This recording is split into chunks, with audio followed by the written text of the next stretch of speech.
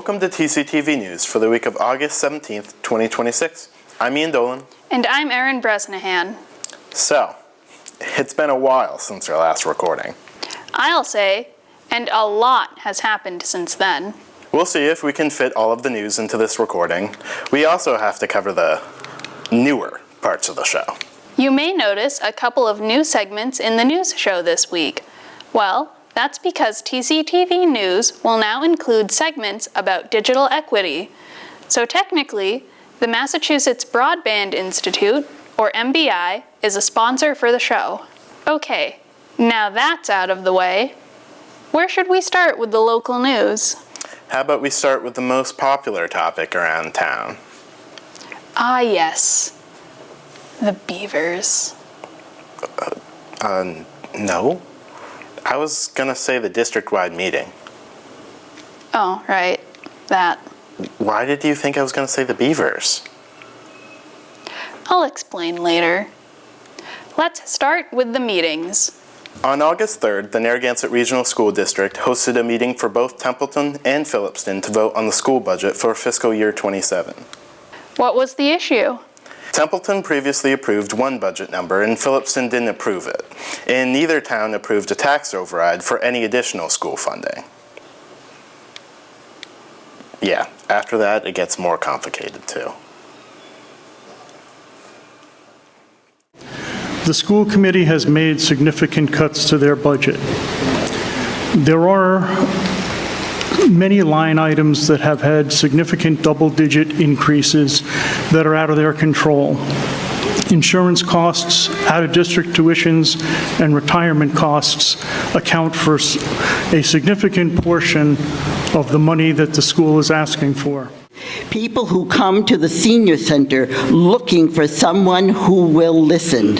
Life isn't easy, and these seniors have fallen not only through the cracks, but some have fallen even into an abyss. I know nobody wants their taxes to go up, but a small override might be possible rather than cutting further services. Well, yes, everything costs a ton of money. The gas in our car costs more. The food at the grocery store is up 30%. So yes, teacher salaries have to go up. Everything goes up. And unfortunately, this is where we're at. And we're already doing the minimum. There's already a list of things that are being cut on this list. We cannot go further down. These kids deserve to have these things. The district-wide meeting of about 580 voters approved a roughly $27 million budget for the schools by a narrow vote of 277 to 267 after several failed amendments to lower the school budget. What does that mean for Templeton? It means that Templeton now faces additional budget cuts or a tax override question. If we decide to vote for an override and a special election, there is a cost to it, but when we go into our already scheduled planned special town meeting in October, we can have articles to appropriate the funds if the override is approved, because it's a two-step process. An override can get approved, it will increase the tax levy, but until that money is appropriated by town meeting, it's not spent. All you have is excess levy capacity. So then we would have what I'll call two nuclear options.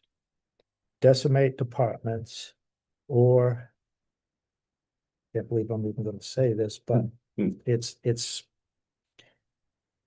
got a gun to your head. There is the general stabilization fund and free cash. What happens if we touch that? I'm just saying that's a nuclear option too. They are options. You can touch them. They do require town meeting vote. So if the override fails, at least you know, and you can prepare those articles to be on town meeting. All it would do is buy us this year versus tax bills not going out, and it just snowballs. Nope, I agree. That's why it's a nuclear option. I don't even want to think, but I would like to have a number of what needs to be cut if this override fails. That way, the public can understand what the consequences on the override failing. You have to give them the information. How did everything go with the technology? Did everything work? That's what we worry about the most, and this was the most complicated meeting we've recorded and streamed yet. How's that? We had audio and video wired through the soundboard and camera to broadcast on Cable Channel 8 and YouTube as usual. We also had a Zoom meeting for live captioning sent to an overflow room if needed. That was a lot to set up, test, and work with. And the result? Whew, everything worked. Or at least we got it to work. Then we wanted to sleep for a week. I'm still curious about the beaver thing. We'll get to that. As of the July 13th Select Board meeting, Devin Waskowicz has been hired by the town as its first animal control officer. Devin previously worked for the Winchington Animal Control Service and will be bringing her experience to Templeton as the first new part-time officer. Another candidate is expected to be hired soon, and both of them will attend training that is paid for by a grant. They're not the only animal specialists in the area. At the July 20th Conservation Commission meeting, the conservation agent informed the public that beavers and other animals were removed from a couple of dams around town. Beaver reports from the health agent reported 2 very large beavers and 1 muskrat, like 40 pounds, were trapped at the Depot Pond Dam. And then 3 very large beavers were caught near Pete's Way, which is the town-capped landfill. Oh, so that's what you were talking about. Yeah, I can't believe that's a real job. You go to a dam that's causing trouble and you just grab the beavers?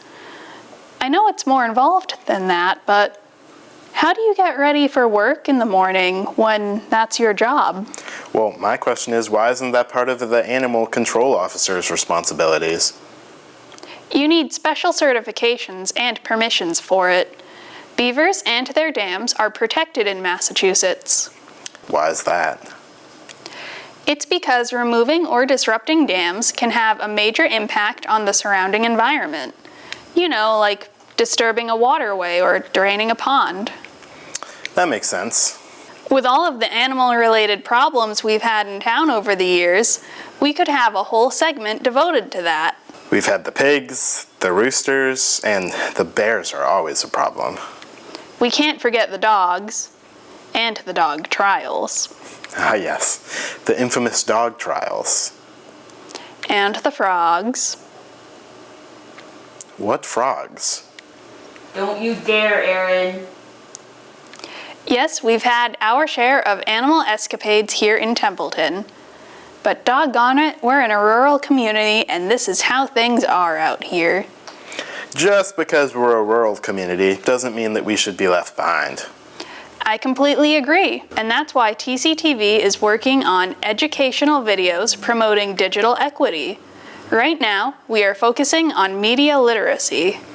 If you're wondering what media literacy is, it's all about using critical thinking skills to take in the meanings from the media you have encountered and think about how it'll influence yourself and others. These are just a few of the videos TCTV has already produced. So, what is the value of digital literacy? And why should people care? I think TCTV's very own Sarah Hall can explain. Take it away, Sarah. If you choose to get your news from social media, consider researching what you see. Acknowledge the fact that what you see is tailored to your preferences. Ask yourself why you're seeing the posts you're seeing. This doesn't just have to be about the news. It can be about any topics that are coming up on your feed. Digital equity is crucial in today's day and age, and TCTV intends to use it to bring Templeton into the modern day. But we're doing it in a way that teaches people to be mindful of technology and their online presence, especially when it comes to security and artificial intelligence. Sarah has already made videos on that.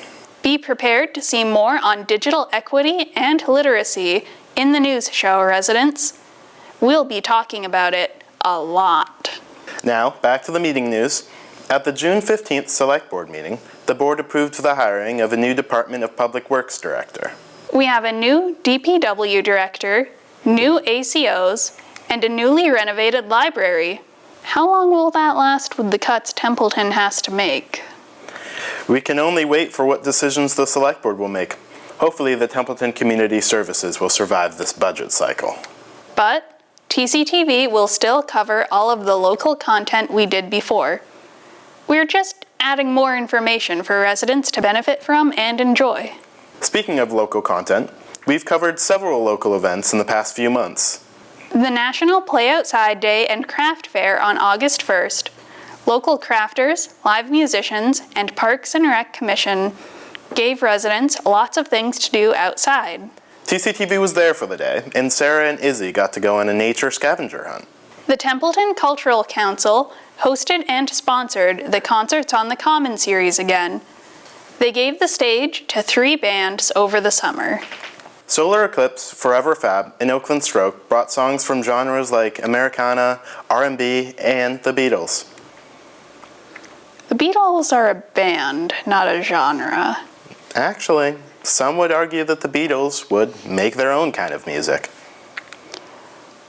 That was Cass Elliot from the Mamas and the Papas, not the Beatles. I have no idea who that is. Never mind.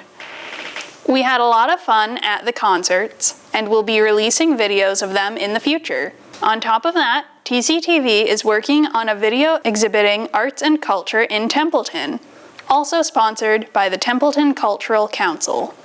As for upcoming events, we actually have a few new faces to tell us what's going on. TCTV held a video camp in early August, and our campers put together the Montechusett.tv Pics segment for this recording. Take it away, guys. Join us on August 29th from 2 to 10 at the beautiful Riverfront Park in Fitchburg for the River City Rhythm Rock Fest, full of music, art, and entertainment. There will be multiple performers of different genres and band names, so no matter what kind of music you like, there will be a spot for you. On August 20th at the PACC in Gardner at 5:45 p.m., join us to watch 500 golf balls fall from the sky to see which gets closer to the hole. Visit the Greater Gardner Chamber of Commerce website to get your tickets before they're gone. Only 500 tickets will be sold. Sail with us at Brigham Pond, Hubbardston, and bring your strongest cardboard boat. This will be held August 22nd at 10 a.m. The deadline for signing up is August 17th. Along your journey, there will be 3 categories: single adult occupant, single youth occupant, or group vessel. Make sure to wear a bathing suit. Thanks, guys. I get the feeling we'll be seeing more of them in the future, or at least the videos they created during video camp. Thank you to Sarah and Izzy for being excellent instructors for our campers. Teaching and leading the next generation is exactly what TCTV does. Though we may be losing Izzy and Sarah to a new school year, we hope to see them again over winter break. But in the meantime, we have plenty of their digital literacy videos to release through the fall. We're not quite in fall yet. We're still in summer for a few weeks. You're right. Let's take a look at the weather for the next couple of weeks.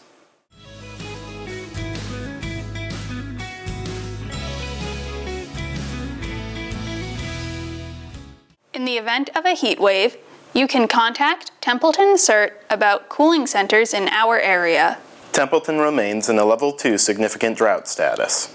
Beeman's Pond in Templeton is closed due to bacterial exceedance. If you want to know what other water bodies in Massachusetts are closed, check out mass.gov's interactive beachwater quality dashboard. According to the health agent, Templeton remains at a low risk of communicable diseases such as flu, COVID, and RSV. However, she did advise residents to be cautious of the following topics. Mosquitoes are always buzzing around. To limit their breeding and the spread of Triple E and West Nile virus, empty standing water on your property and cover up with clothing between dusk and dawn.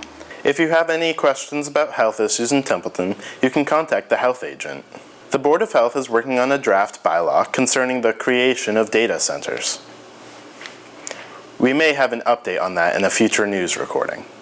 On top of all of that, many of you have likely heard about the Cyclospora outbreak that contaminated lettuce. Though the initial outbreak didn't list Massachusetts as being affected, there are now reports of people getting sick from lettuce served in restaurants.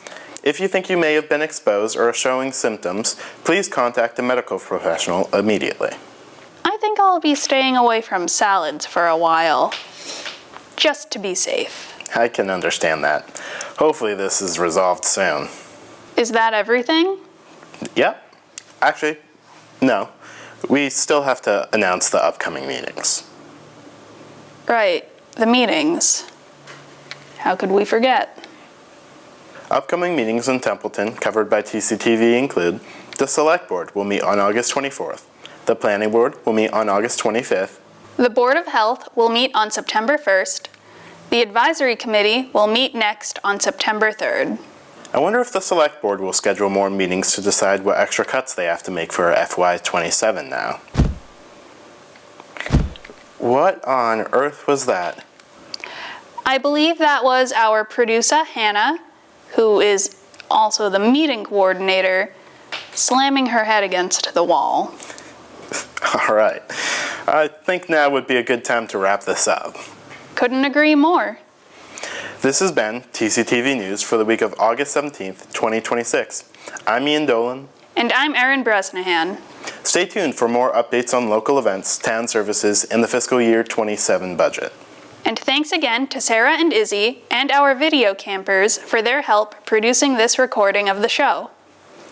Stay informed, Templeton.